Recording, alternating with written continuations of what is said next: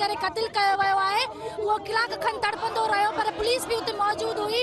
रहीम शाह जी गिरफ़्तारी चाहियूं था ऐं उनखे सज़ा ॾिनी वञे ऐं जेका हीअ असां सां ज़ुल्म कयो पियो वञे उहो बंदि कयो वञे। हैरत जी ॻाल्हि आहे ऐं शर्म जी ॻाल्हि आहे त वज़ीर आला जॾहिं इहो उन जे गिरफ़्तारीअ जो ऐलान कयो आहे त हिन कातिल खे गिरफ़्तार कयो वञे, पर छा असांजी पुलिस एॾी कमज़ोर आहे जो अञा ताईं हीउ कातिल गिरफ़्तार न थी सघियो आहे। इन जो मतिलबु त हिनखे को त पुठियां अहिड़ो साथ को सहारो आहे जंहिंजे बुनियाद ते हिन ज़ालिम इहो क़त्ल कंदे उनखे ख़ौफ़ न थियो आहे ऐं हींअर उहो आज़ादु घुमी रहियो आहे। असां तव्हां हिन मीडिया जे थ्रू चऊं था त रहीम शाह खे गिरफ़्तार करे उनखे सज़ा ॾिनी वञे ऐं असांजो जेको रांझानी क़त्ल थियो आहे उनजी मालिकी कई वञे। मां हुकूमत खां मुतालबो कयां थो, ॾिसो हीउ दोस्त असांखे हींअर बि तव्हां ॾिसो था त हिते असां पुरअमन वेठा आहियूं। असां न को हथियार आहे न को ॿियो, असीं ख़ाली हथे हिते असीं एहतिजाज करण आया आहियूं।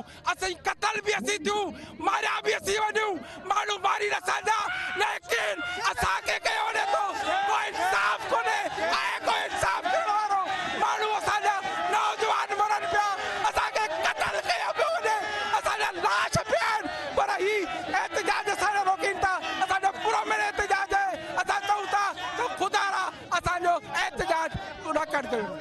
असां तव्हांजे तवसुल सां इहो पहिरों हुकूमती धुरियुनि खां पुछण था चाहियूं त छा ही नवाज़ शरीफ़ खां बि ॾाढो कातिल आहे जेको हेॾे तारुक़ जे बावजूदि सरियाम जंहिं गुंडागर्दी कई आहे, दहशतगर्दी कई आहे, उहो गिरफ़्तार थियण जे बजाए उनखे हुकूमती धुर ऐं पुलिस प्रोटेक्शन पई ॾिए। जल्द से जल्द गिरफ़्तार कयो वञे, ॿी सूरत में एहतजाज जा दायरा वधाया वेंदा। आपका काम नहीं है ना, तो इसलिए हमें अपना काम करने देना। आप हमें नहीं उठाओ, आप नहीं उठाओ हमें।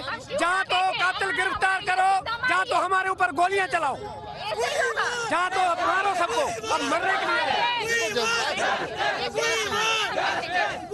हम इरशाद रंझानी को इंसाफ मिले, हम इसके लिए बैठे हैं।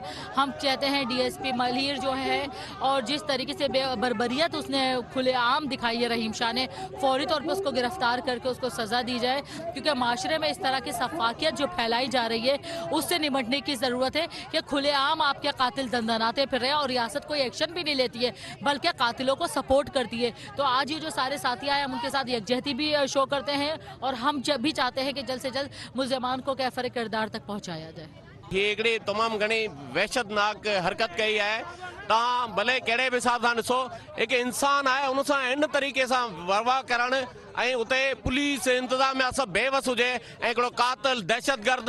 मुंहिंजी त इहा डिमांड आहे त फौरन उनखे हैंग कयो वञे, रहीम शाह खे, ऐं असांखे इंसाफ़ ॾिनो वञे।